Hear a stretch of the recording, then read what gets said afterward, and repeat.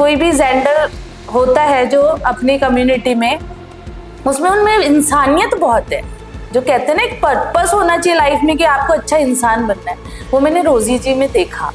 मैं रोजी राजस्थानी के लिए ये बोलना चाहूँगी कि वो शिव और शक्ति का एक रूप है जो हमें जीती जागती जिंदगी में देखने को मिला। सबसे ज्यादा यूज किया गया शब्द आपकी जिंदगी में क्या है? ओके, छक्का, लेडीज। अगर आप एक दिन के लिए प्राइम मिनिस्टर बन जाए तो पहला काम क्या करेंगे? ट्रांसजेंडर्स कम्युनिटी के लिए और ट्रैवलिस्ट जो वंचित लोग हैं उनके लिए मैं करूँगी। प्यार या पैसा आपके लिए ज्यादा इम्पोर्टेंट क्या? प्यार। अगर जिंदगी में कोई एक टाइटल देना हो अपने आप को? मैं किसी से कम नहीं। कभी ऐसा हुआ कि आपको किसी चीज के लिए अपनी असली पहचान छुपानी पड़ी हो? सर हर चीज के लिए छिपाना ही पड़ा था। किसी से सच्चा प्यार हुआ कभी? प्यार सर मुझे बहुत प्यार हुआ, बट मेरा प्यार वन साइड था। अब मैंने प्यार करना ही छोड़ दिया। आज मुझे गर्व है कि मैं ट्रांसजेंडर हूँ। कहते हैं हर इंसान एक साथ पैदा होता है, एक रूह लेकर, एक दिल लेकर, एक सपना लेकर। लेकिन कुछ बच्चे ऐसे होते हैं जिन्हें दुनिया पैदा होते ही अपना कहने से इनकार कर देती है। जी हाँ, इनकार कर देती है। माँ की गोद में मिलने वाला पहला प्यार उनके लिए एक सवाल बन जाता है। बाप के कंधे पर चढ़कर दुनिया देखने का हक उनसे छीन लिया जाता है। उनके लिए सिर्फ एक सपना बन जाता है। और समाज का प्यार, क्या बात है, उसके साथ हमेशा एक शर्त चिपकी होती है, तुम वैसे बन जाओ जैसा हम तुम्हें देखना चाहते हैं। क्योंकि समाज के पास हर चीज के लिए एक क्वेश्चन है और वो जवाब मांगता है। हम उन्हें अलग कहते हैं, दूसरा कहते हैं, नॉर्मल नहीं कहते। पर उनके आंसुओं का रंग हमारे आंसुओं से अलग नहीं होता। उनके सपने भी उतने ही रंगीन होते हैं जितने हमारे होते हैं। सिर्फ फर्क इतना है कि उन सपनों तक पहुंचने का रास्ता खून, पसीने, बेइज्जती, भूख और कभी कभी जिंदा रहने की लड़ाई से गुजरता है। और कौन इसका जिम्मेदार है? बचपन से लेकर जवानी तक उनकी जिंदगी एक ऐसा सफर होता है जिसमें तंज होते हैं, ताने होते हैं, डर होता है, और फिर भी उनकी मुस्कान में ऐसी रोशनी होती है जो हमें अंदर से शर्मिंदा कर देती है। बेशक हम बाहर से ना दिखाना चाहें, क्योंकि हम तो सो कॉल्ड समाज है। आज हम बात करेंगे उन लोगों की जिनके नाम के साथ हमने सिर्फ मजाक, श्राप और बद्दुआ जोड़ दी है, लेकिन जिनके दिल में प्यार, ममता और इंसानियत हमारे से कहीं ज्यादा है। जी हाँ, हमारे से कहीं ज्यादा है। आज हम मिल रहे हैं ऐसे ही इंसान से, एक ऐसे ही मेहमान से जो सिर्फ अपनी कहानी नहीं सुनाएगा बल्कि पूरे एक समुदाय का सच हमारी आंखों के सामने रख देगा, झिझोड़ के रख देगा हमें। और मैं चाहूंगा आप इसको, पॉडकास्ट को पूरा देखिए। तो शुरू करते हैं एक ऐसी बातचीत जो सिर्फ सुनने के लिए नहीं, महसूस करने के लिए है। चलिए मैं आपको मिलाता हूं एक ऐसे इंसान से जो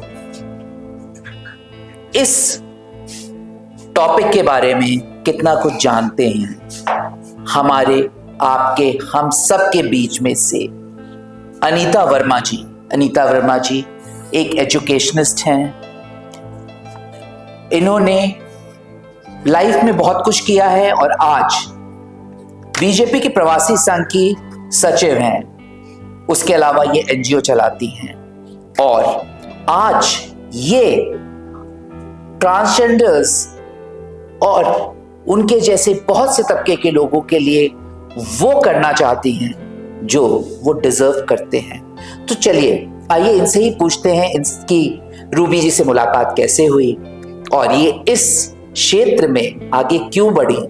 दिल की वो कौन सी कसक थी, दिल में वो कौन सा एक जज्बा था जो इनको इस राह पे लाया जिसपे हम आप जैसे लोग चलने से डरते हैं, कतराते हैं और आंखें मूंद के पलट जाते हैं। Thank you. मेरा सौभाग्य है कि मैं आपसे मिला। Thank you sir. और मेरे ख्याल से हमारे समाज को आप जैसे लोगों की बहुत बहुत जरूरत है। Thank you sir, thank you so much. आप मुझे बताएं, हमारे दर्शकों को बताएं, कुछ अपने बारे में बताएं और फिर बताएं कि आपकी ये जर्नी कैसे शुरू हुई। सर, जैसे मेरा नाम अनीता वर्मा है और मैं एक मोटिवेशनल स्पीकर भी हूँ और मैंने बहुत सारे लोगों के साथ काम भी किया है और उनको मोटिवेशन देके बहुत एक मुकाम तक पहुँचाया भी है। और मेरा पर्पस हमेशा लाइफ में ये रहा कि मुझे अपने समाज के लिए कुछ करना है, लोगों को वहाँ तक पहुँचाना है जहाँ वो पहुँच सकते हैं और उनको सही रास्ता दिखाना है।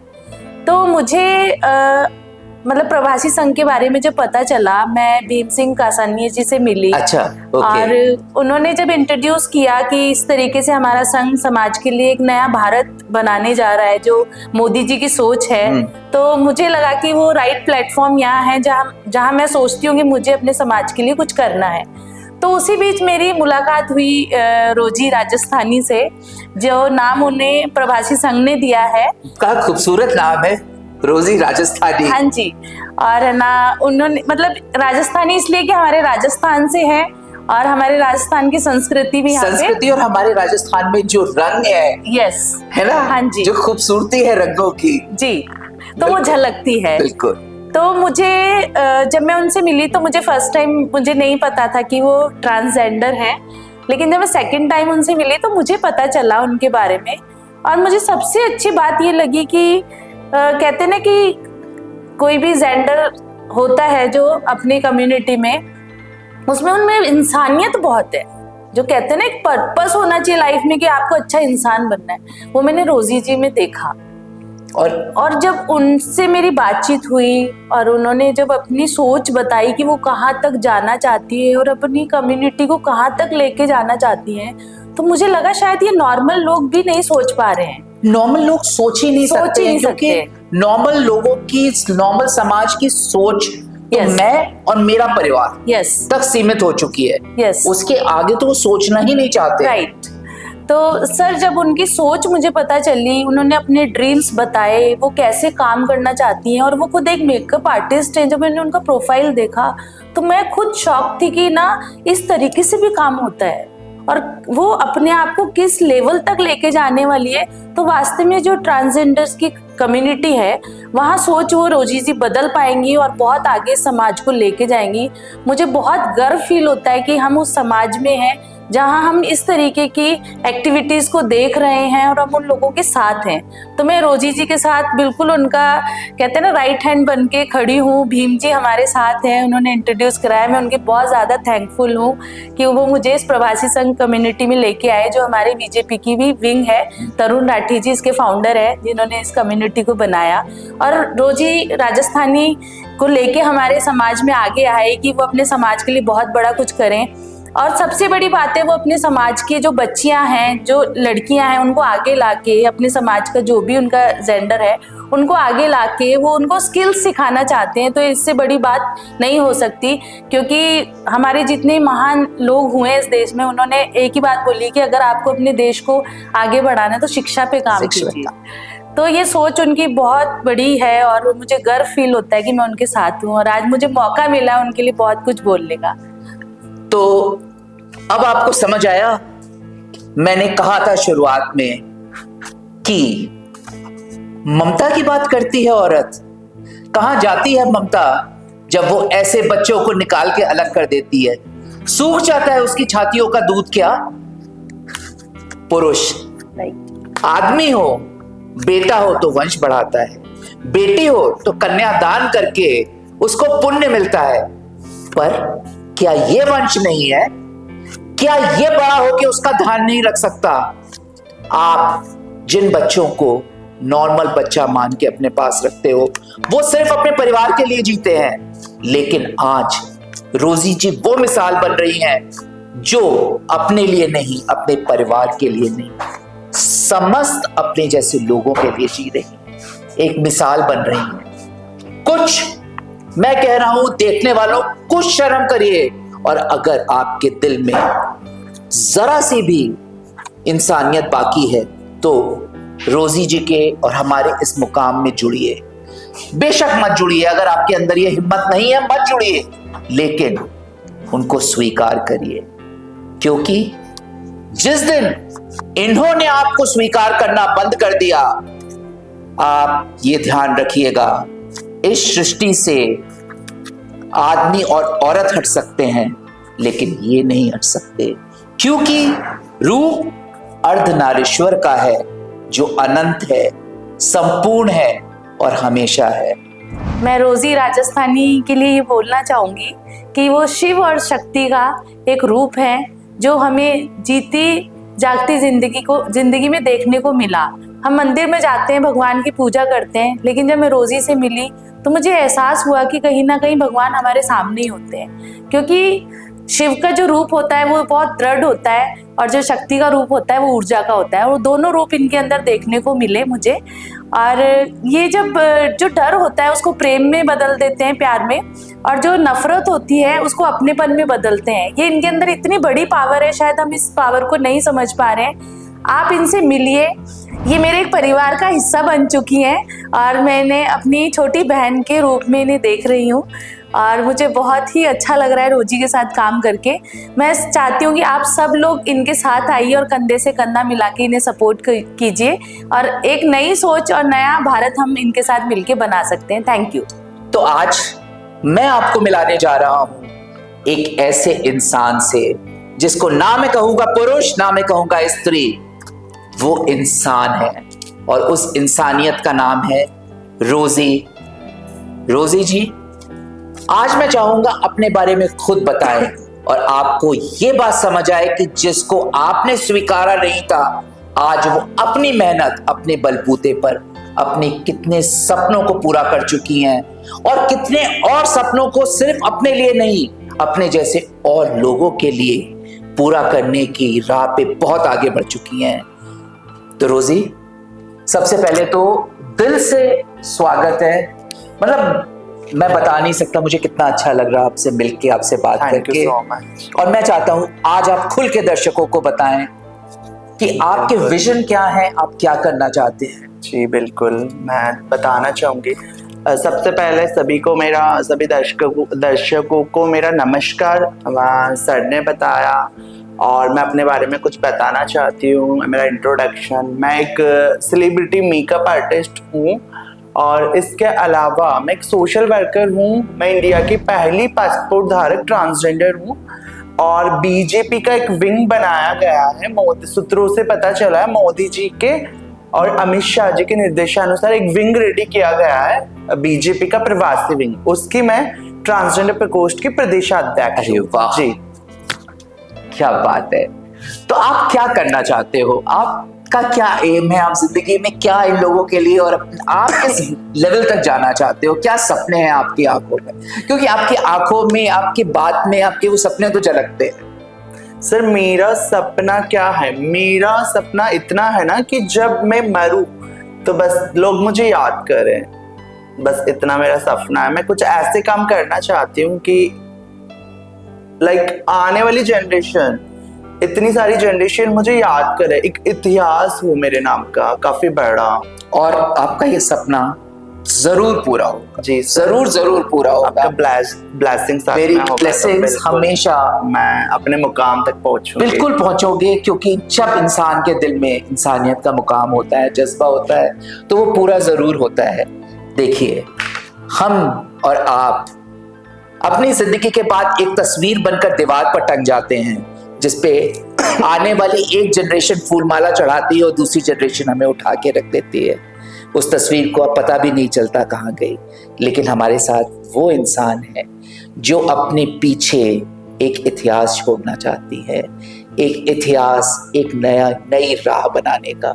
तो जैसे कि हमारा हमेशा का रहा है, संवाद और लम्हे जिंदगी के इस पॉडकास्ट में सबसे पहले हमारा होता है 10 क्वेश्चंस रैपिड फायर राउंड। तो रोजी जी, तैयार है रैपिड फायर राउंड के लिए? हाँ बिल्कुल सर, मैं तैयार। सिर्फ छोटा सा आंसर।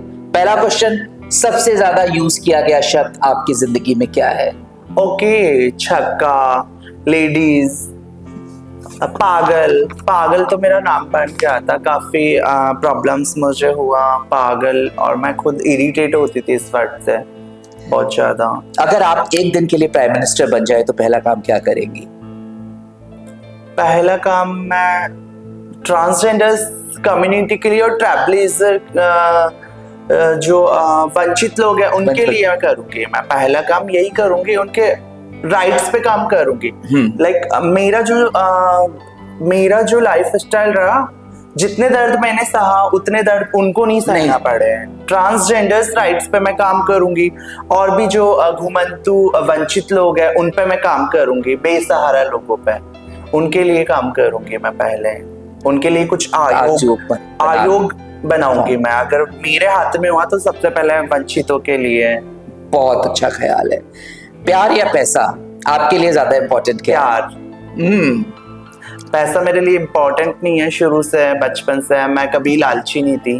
पैसा जरूरत होता है सर, पैसा जरूरत होता है, जिंदगी नहीं होता, और ये आम आदमी नहीं समझता है।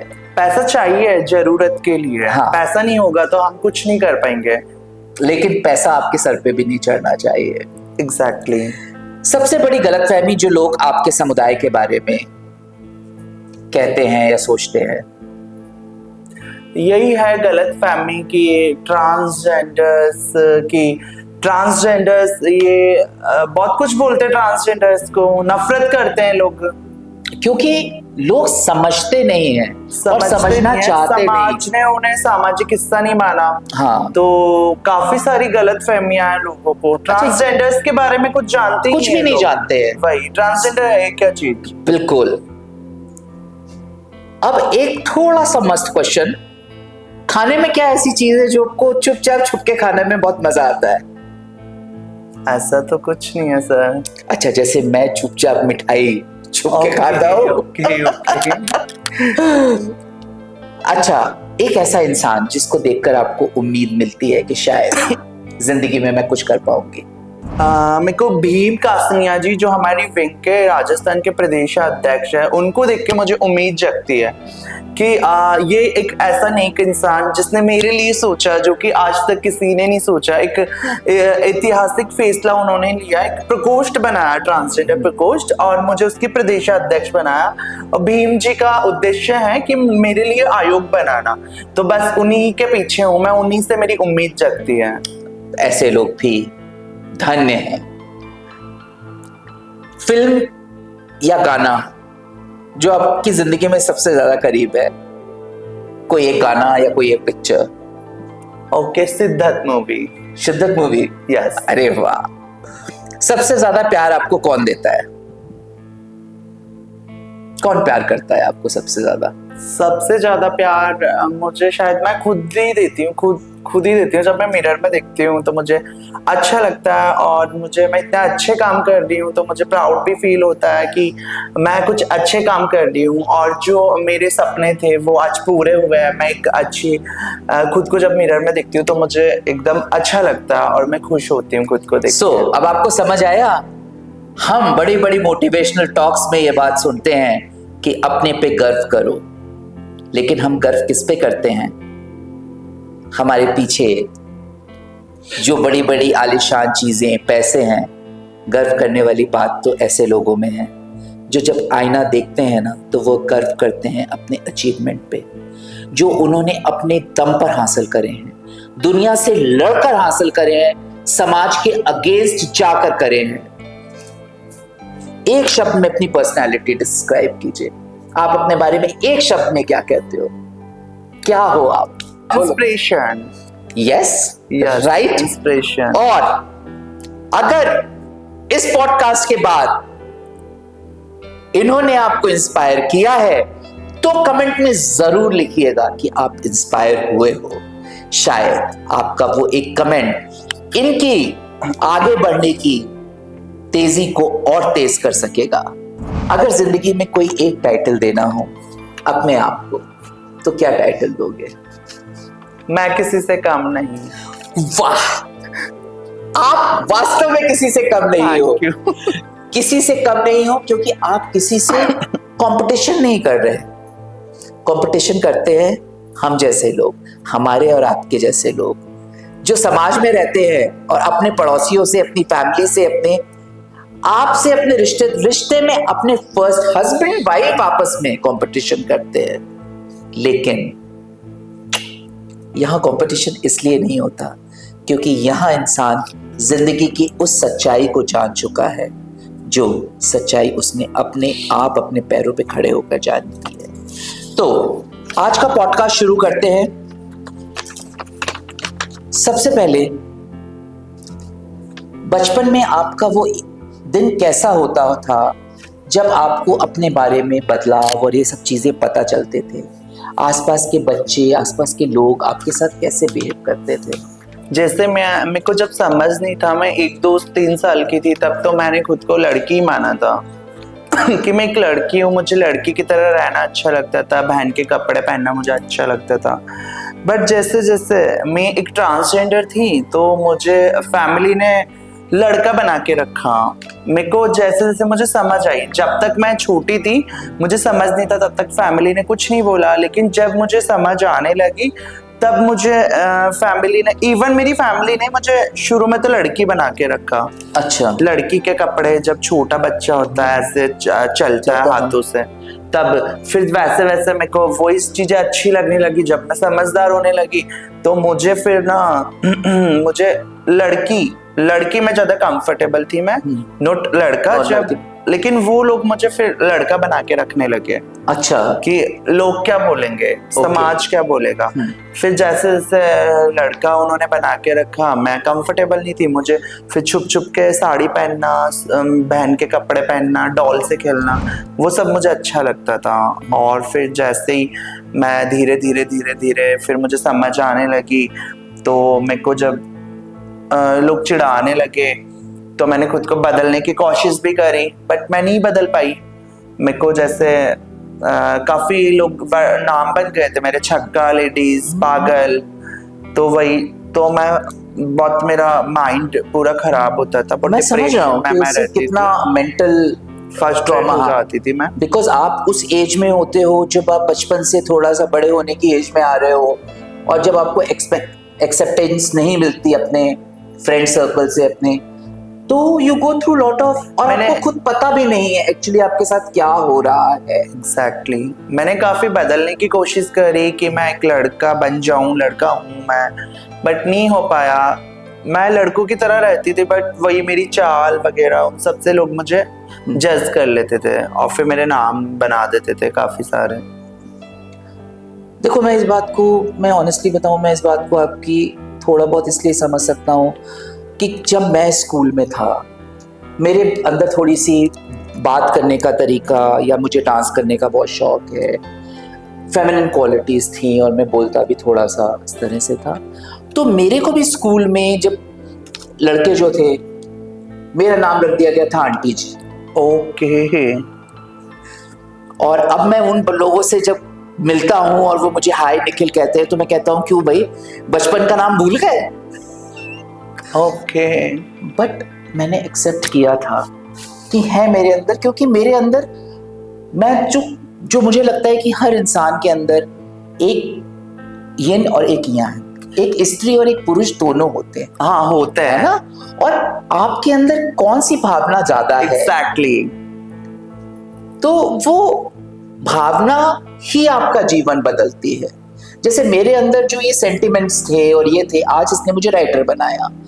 आपने अपने आप को समझा, और सबसे बड़ी चीज समझने के बाद मैं कहता हूँ 90% लोग तो इसको छुपाते हैं और पूरी जिंदगी एक नकाब में जीते हैं, अपनी जिंदगी खराब करते हैं, जिनके साथ रिश्ता बनाते हैं उनकी जिंदगी खराब करते हैं। बट आप इसी पे वर्क करना है ना मुझे, वही मैं कह रहा हूँ। पर आपके अंदर वो हिम्मत जुटाई, सबके अगेंस्ट, अपने परिवार के अगेंस्ट खड़े होके अपनी आइडेंटिटी को, जो आप स्वीकार करना चाहते थे, उस आइडेंटिटी को रेस किया, दुनिया को दिखाया कि मैं ये हूं, एक्सेप्ट मी। आज मैं आपसे बात कर रहा हूं तो मुझे बात करके ऐसा कुछ भी फीलिंग नहीं आती है कि ऐसा कुछ आपके बैकग्राउंड में है। मैं एक नॉर्मल इंसान से, सर मैं कभी भी ट्रांसजेंडर्स लोगों में नहीं रही। मैं मेन स्ट्रीम में थी, तो मेरा शुरू से मैं नॉर्मल थी, नॉर्मल बिहेव था मेरा। हाँ। मैंने कभी उस सोसाइटी में मैं कभी नहीं गई। मैं खुद एक ट्रांसफोबिया थी सर। ट्रांसफोबिया क्या होता है, आप मुझे समझाएंगे? जो ट्रांसजेंडर्स लोगों से नफरत करता है, फोबिया था मुझे ट्रांसजेंडर्स के नाम पे। मुझे अजीब लगता था, मुझे शर्म आती थी खुद से भी और उनसे भी। मैं ऐसी इंसान थी, लेकिन आज मुझे गर्व है कि मैं ट्रांसजेंडर हूँ। क्योंकि जब मेरा डॉक्यूमेंटेशन हुआ तब मैं फीमेल डॉक्यूमेंट्स बनवाने वाली थी, बट मुझे लोगों ने बोला कि फीमेल बन के कुछ नहीं होगा, आप हो ट्रांसजेंडर, आपको कोई एक्सेप्ट नहीं करेगा, फीमेल बनने से कोई मतलब नहीं है। तो और फिर आपके लिए बोला फीमेल वही भीड़ का हिस्सा भी आप बन जाओगी, और सेकंड चीज आपको ना जो कोई एक्सेप्ट नहीं करेगा तो फीमेल क्यों बनना। तो मैंने सोचा बात तो सही है, फिर मैंने अपने डॉक्यूमेंट्स बनवाए ट्रांसजेंडर कैटेगरी में। तो उसमें मेरा पासपोर्ट था पहली बार पूरे इंडिया में पहला पासपोर्ट मेरा बना था, रोजी बारोलिया का। हाँ जी, तो वो पासपोर्ट ने मुझे इतना फैम दिया ना, जब फिर मीडिया से मुझे कॉल आया कि मुझे आपका पासपोर्ट कवर करना है, तो मैंने मीडिया को मना कर दिया था। बोला नहीं, मैं एक सेलिब्रिटी मेकअप आर्टिस्ट हूँ, 5 स्टार क्लाइंट्स को मैं डील करती हूँ एज ए मेकअप आर्टिस्ट। तो क्या पता, मेरे पास फैमिली सपोर्ट भी नहीं है, मेरे पास, मैं वहाँ कभी गई नहीं, मेरे को जाना भी नहीं है वहाँ पे। तो बस इसीलिए मैंने पासपोर्ट के लिए मना किया। मेरे प्रोफेशन पे असर पड़ सकता है, मैं ट्रांसजेंडर पब्लिश करूंगी तो पता नहीं लोग क्या सोचेंगे, बिकॉज एक्सेप्टेंस नहीं है ट्रांसजेंडर्स को। मैं मेकअप करने जाती हूँ, तो फिर ना उन्होंने बोला नहीं, आपका ये काफी अच्छा रहने वाला है, पॉजिटिव इफेक्ट्स आएंगे इसके, तुम्हारा हक है, तुम्हें करना चाहिए, आपका हक है वो। फिर मैंने बोला ठीक है, मुझे आप पे ट्रस्ट है, अगर ये सही है तो कर दीजिए। हाँ, फिर जैसे ही मेरा न्यूज निकला, मैं रातों रात एक सेलिब्रिटी हो गई, राजस्थान की पहली पासपोर्ट होल्डर। और मेरा जो लोग मुझसे दूर थे वो भी आ गए मेरे पास, और मेरा जीके में भी क्वेश्चन बन गया फर्स्ट पासपोर्ट होल्डर। तो बस उसी ने आज मुझे, वहीं से मेरा नया जर्नी स्टार्ट हुआ, और आज मुझे काफी अच्छा फैम मिला।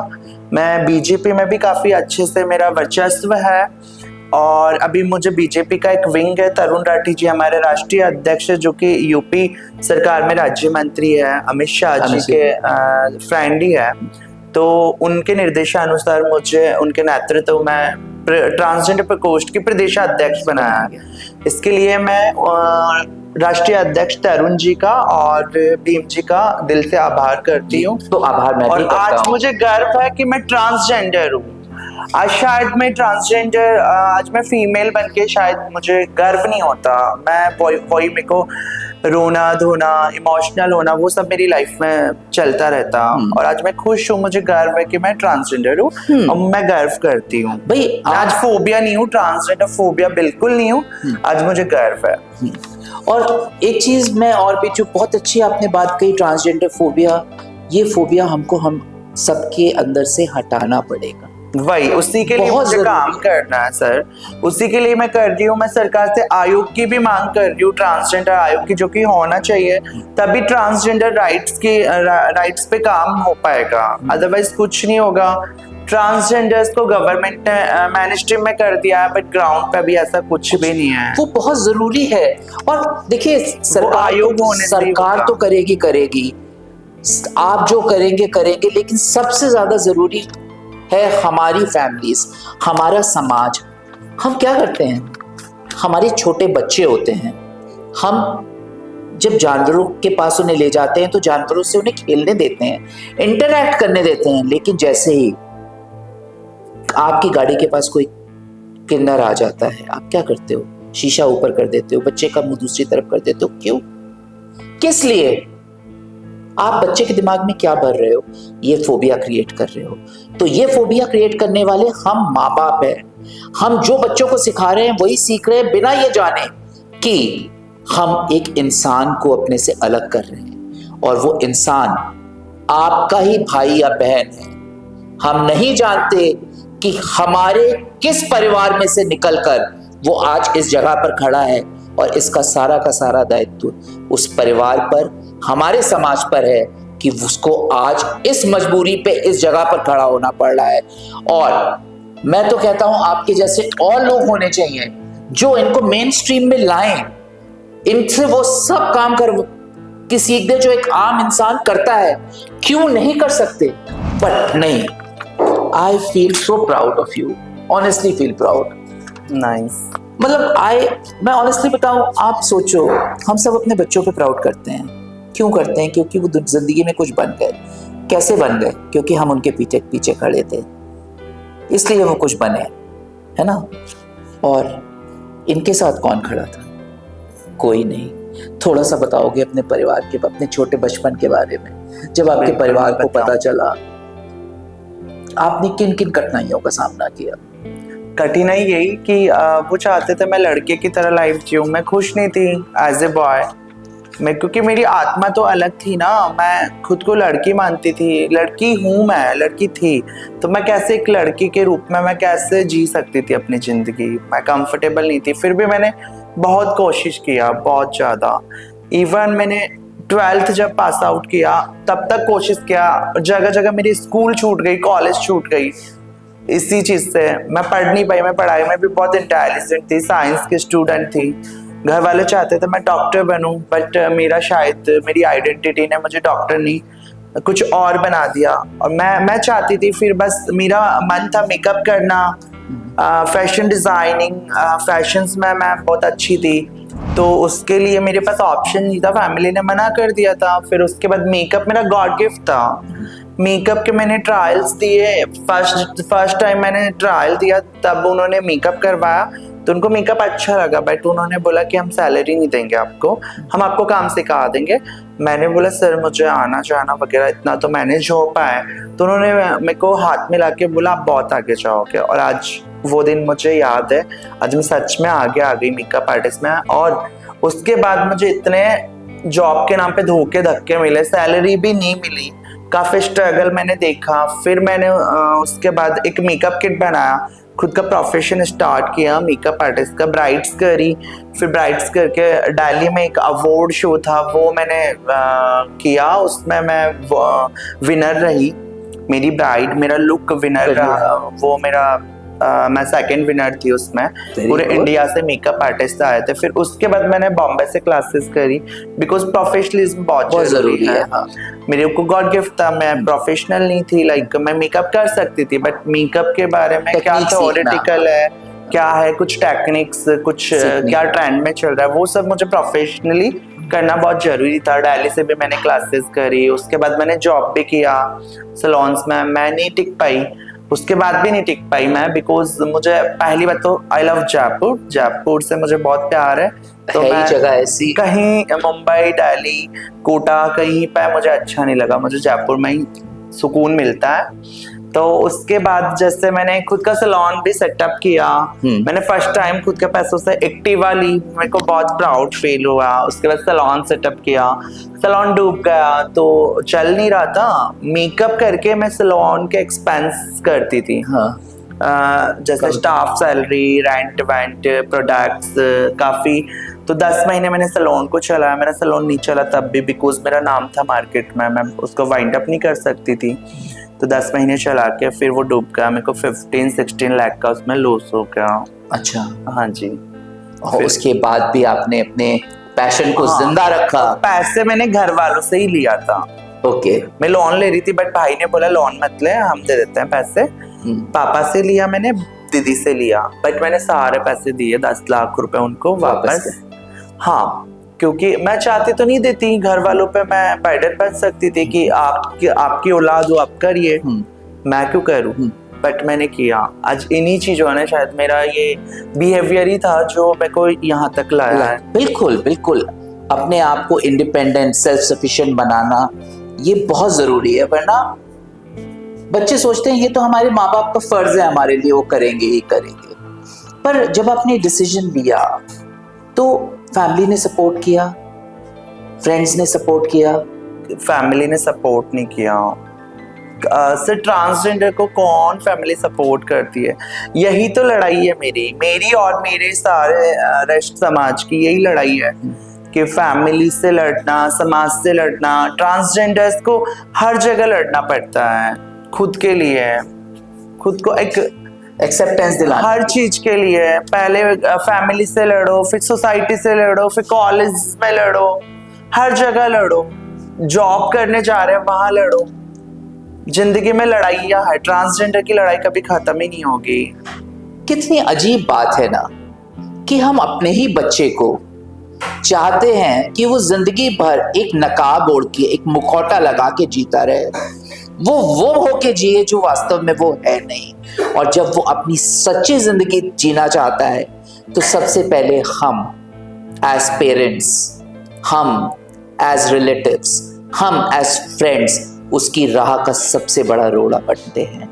और अगर वो अपने इरादों में एडमेंट है तो सबसे पहले हम उसका साथ छोड़ते हैं, उसे अकेला छोड़ देते हैं, क्योंकि हम शर्मिंदा होते हैं। जबकि शर्मिंदा हमें नहीं, उसे होना चाहिए कि उसके रिलेटिव्स, उसके पेरेंट्स और उसके वेल विशर्स वो हैं जो उसकी सच्चाई को एक्सेप्ट नहीं कर सकते। सोच कर देखिएगा, गलती किसकी है, कौन गुनाहगार है यहाँ पर। बहुत ज़रूरी है, दूसरे पर उंगली उठाना बहुत आसान है, लेकिन एक बार अपने पे भी उंगली उठा के देखिए, बहुत सच्चाइयाँ आपके सामने आ जाएंगी। कभी ऐसा हुआ कि आपको किसी चीज़ के लिए अपनी असली पहचान छुपानी पड़ी हो, किसी काम को निकालने के लिए, जिंदगी में कुछ रिश्तों को बचाने के लिए, या किसी ऐसी चीज़ में? सर हर चीज के लिए छिपाना ही पड़ा था पहचान। और जब आपने अपनी पहचान लोगों को बतानी शुरू करी, इवन घर भी नहीं मिलता था पहचान पे, तो किराए पे। आज उसी वजह से खुद का घर बनाया। पर क्यों नहीं मिलता? लोग क्या कहते हैं? ट्रांसजेंडर नाम सुनते ही नहीं देते घर। अभी मैं ज्वेल्स ऑफ इंडिया में एक मैम से मिली थी, उन्होंने भी बोला कि मैं खुद भी नहीं दूंगी ट्रांसजेंडर्स को घर। उनको ट्रांसजेंडर के लिए सॉफ्ट कॉर्नर है, वो काम करना चाहते हैं ट्रांसजेंडर्स के लिए, बट उन्होंने बोला कि आज ट्रांसजेंडर आके मुझे बोले रेंट पे घर दे दो, तो रोजी सच में मैं भी नहीं दे पाऊंगी। तो ऐसा क्या है, लोगों के दिल में ऐसी क्या गलतफहमी है, ऐसा क्या एक फोबिया क्रिएट हो गया है कि लोग डरते हैं, घबराते हैं।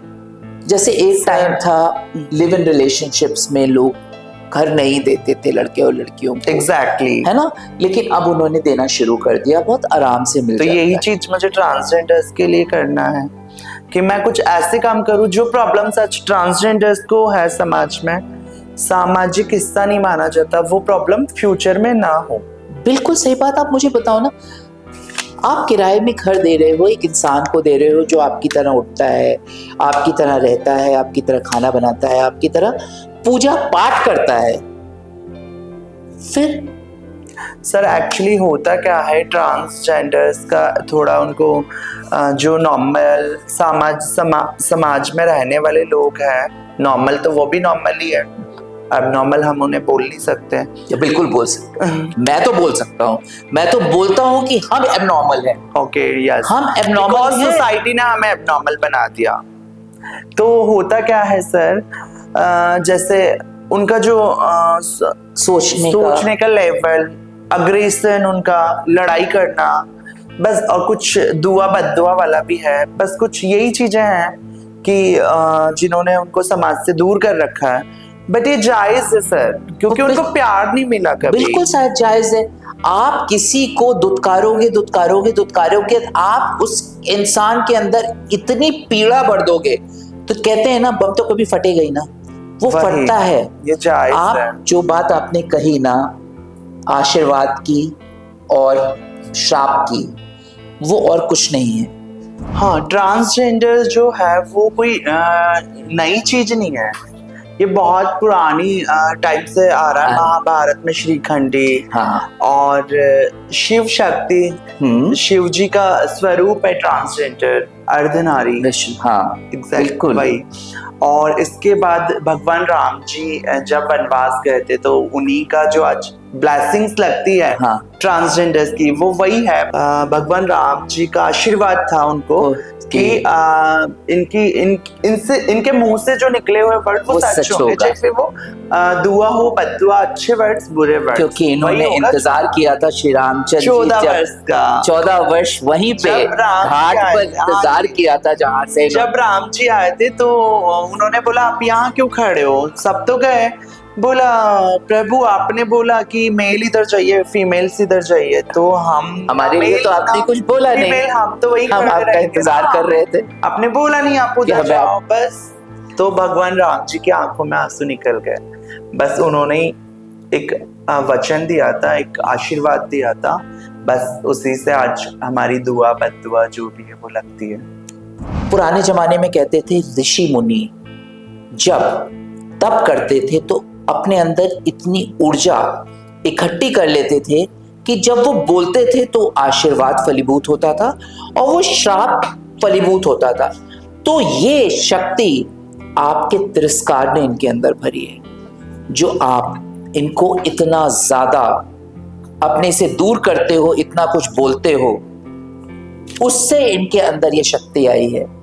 पर ऋषि मुनि भी जो इतनी ऊर्जा अर्जित करते थे ना, उसी से वो जब बोलते थे तो वो सत्य होता था, चाहे वो आशीर्वाद हो चाहे वो श्राप हो।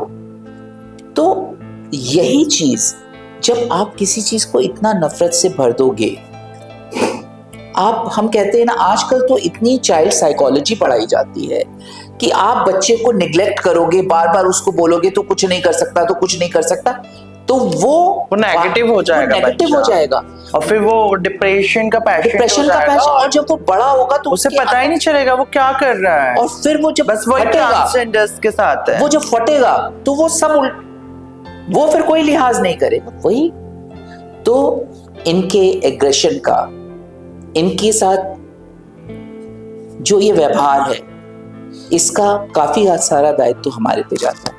मैं एक सिंपल सी बात कहता हूँ, आपको रास्ते में ट्रांसजेंडर्स या कोई भी मिलते हैं, ठीक है, आपसे कुछ मांगते हैं, आपसे कुछ कहते हैं, आप अगर उन्हें नहीं देना चाहते हो, आप हाथ जोड़ दो ना, कभी आपको कुछ नहीं कहेंगे। मुझे तो आज तक कुछ नहीं कहा, और अगर मैंने कभी हाथ में कुछ दिया और उनके हाथ को सर से लगाया तो मैं वो फील कर सकता हूं कि वो जो आशीर्वाद, वो एक एनर्जी जो मेरे अंदर आई है ना, और शायद वही एनर्जी है जो मैं आज इतनी प्रॉब्लम्स के बाद आज यहां बैठकर आपके सामने ये बात कर रहा हूं। कभी फिर बताऊंगा वो कहानी, फिलहाल इस पॉडकास्ट को आगे ले जाते हैं। ये जो आपकी, अब हम बात करते हैं मेडिकल जर्नी। मेडिकल जर्नी कोई बहुत आसान तो नहीं रही होगी आपकी? बिल्कुल नहीं रही। उस मेडिकल जर्नी में आपके साथ क्या प्रोसेस था? आपने मानसिक तौर पे अपने आप को कैसे तैयार किया? बिकॉज ये एक सबसे बड़ी मुश्किल होती है। देखो, फिजिकल दर्द हम सह सकते हैं, दवाइयों से आपको इम्यून किया जा सकता है, आप दर्द ना सहो, पेन किलर खा सकते हो, लेकिन जो ये दिमाग होता है ना, ये किसी दवाई से नहीं। तो इसके लिए, हाँ, तो इसके लिए कैसे आपने अपने आप को तैयार किया? सर, मेडिकल प्रोसेस के लिए पहले मैं ऐसी थी, मुझे एक इंजेक्शन से भी डर लगता था, बट वही मैं एक भरी हुई थी, इमोशन से भरी हुई थी मैं, मैं प्रॉब्लम था मेरे अंदर, मैं पूरी भरी हुई थी कि मैं सेटिस्फाइड नहीं थी खुद से कि नहीं, ऐसे मेरी इतनी लंबी लाइफ है, नहीं चल पाएगा। तो मैंने खुद को, ठीक है दर्द होगा तो हो जाएगा, और फिर मैंने भगवान का नाम लिखकर बस मैं एडमिट हो गई।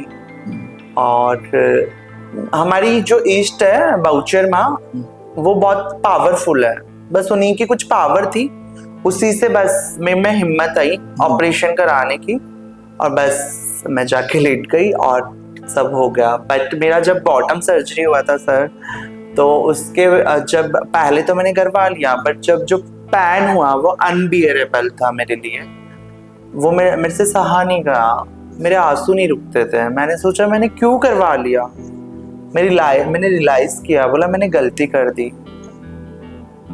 मैंने डॉक्टर को भी फ़ोन किया, जब भी मेरे दर्द होता था, मेरे को होता था कि मैंने क्यों करवाया, बट यही था, अब तो हो चुका, ऑप्शन ही नहीं है, अब दर्द सहना ही पड़ा। फिर मैं चाहता तो था, मैंने वो रील्स देखी हैं जिसमें आप उन पेन से गुजरी हैं, मैं चाह कर भी वो रील्स यहाँ शेयर नहीं कर पाऊंगा, क्योंकि शायद वो रील्स देख के बहुत से लोग जो इस प्रोसेस में जाना चाहते हैं अपनी हिम्मत खो दें। पर मत खोना, जैसे इन्होंने पिंजड़े को तोड़ के बाहर आके अपने पंख फैला के उड़ान शुरू करी, आपका भी हक बनता है। ये हक आपसे कोई नहीं छीन सकता। आपको वहां से भेजा गया है इस रूप में, और आपका फर्ज बनता है अपने आप को उस रूप पूरा करना, एक्सेप्ट करना, पूरा करना और अधूरे रूप को पूरा करना। क्योंकि एक आदमी और एक औरत जो कहते हैं ना, ईश्वर ने बना के भेज दिया कि ये अपने आप में पूर्ण है, लेकिन कितने पूर्ण है वो हम सब जानते हैं। और यहां एक ऐसा घड़ा है जिसको अधूरा भेजा गया कि वो अपने आप को खुद घड़े, खुद अपने आप को आकार दे।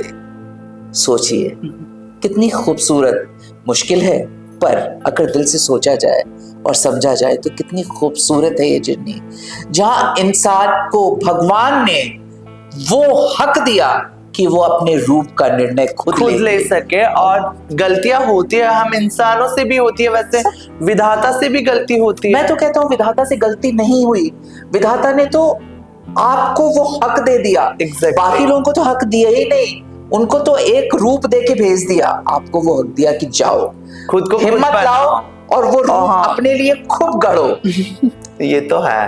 और अब आप उस प्रोसेस में हो जहां पे आप लोगों को ये एक हौसला दे सकते हो कि तुमको भी अपना रूप खुद करना है, खुद ढूंढना है और अपनी जर्नी खुद बनानी है।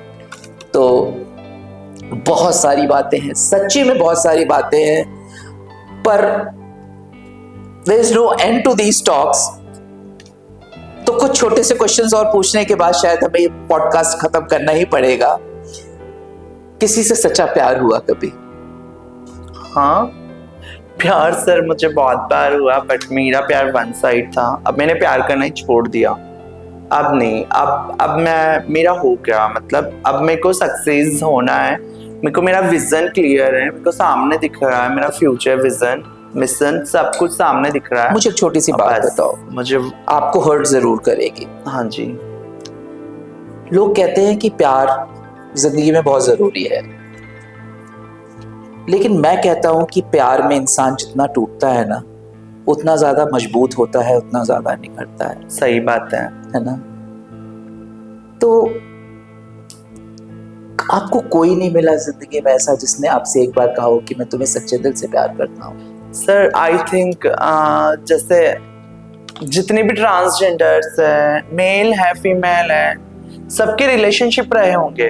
बिल्कुल रहे होंगे, लेकिन आज मैं ऐसी हूँ, 29 मेरा एज है, मेरी लाइफ में मैं कभी रिलेशन में नहीं थी, मैं सिंगल थी शुरू से। मुझे बात बताओ, आपका मन नहीं करता कि आपके साथ एक पार्टनर? क्यों नहीं करता सर, मैं भी इंसान हूँ। तो कहाँ दिक्कत आती है?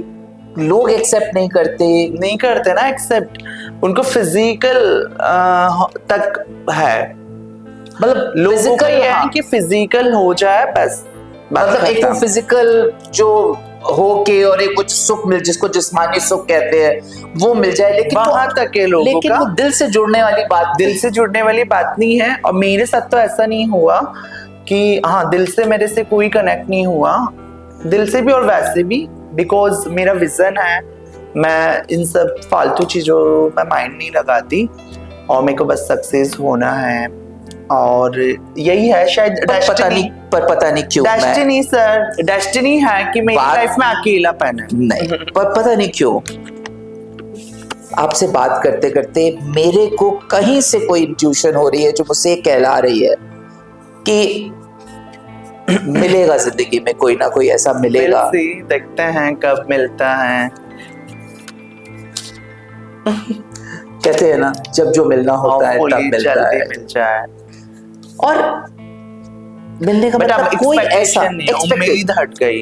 एक्सपेक्टेशन तो किसी भी रिश्ते में नहीं करनी चाहिए, क्योंकि एक्सपेक्टेशन हर रिश्ते को एक्सपेक्टेशन होती है सर। पहले तो मैं बहुत रोती थी कि मैं सिंगल हूँ, मेरा रिलेशनशिप नहीं है, बट आज मुझे कहीं से, अरे पर आज जिस जगह पे पहुंच गए हो, नहीं होता मुझे। इवन मेरे को अकेले रहना पसंद है।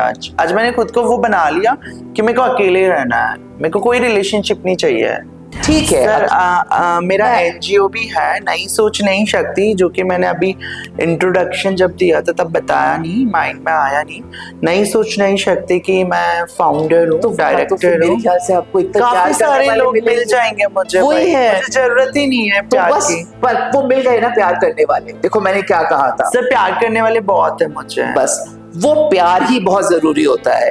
हर प्यार को कोई रिश्ते का नाम दिया जाए, जो नाम दिए जाते हैं ना उनमें रिश्ते बंध जाते हैं। ये प्यार अनीता करने दीदी बहुत प्यार करती है मुझे, फिर छोटी देखो- सिस्टर की तरह। देखो सामने सामने है ना प्यार करने वाले। बिल्कुल। और अब आपके चेहरे के ऊपर मुस्कुराहट देखो, ये बता रही है कि आपको प्यार करने वाले कितने हैं। हाँ बिल्कुल बिल्कुल। तो मेरे ख्याल से आज हम इसको यही खत्म करेंगे और ये चाहेंगे कि आप जिंदगी में जो कर रहे हो, जो आपको इस समय मोदी जी, अमित जी, सारे लोग जो एक नया भारत बना रहे हैं, वो नया भारत बिना आप लोगों के अधूरा है, पूरा नहीं है। और मैं चाहूँगा आपके इस मुहिम में जितने ज़्यादा लोग जुड़ सके वो जुड़ें।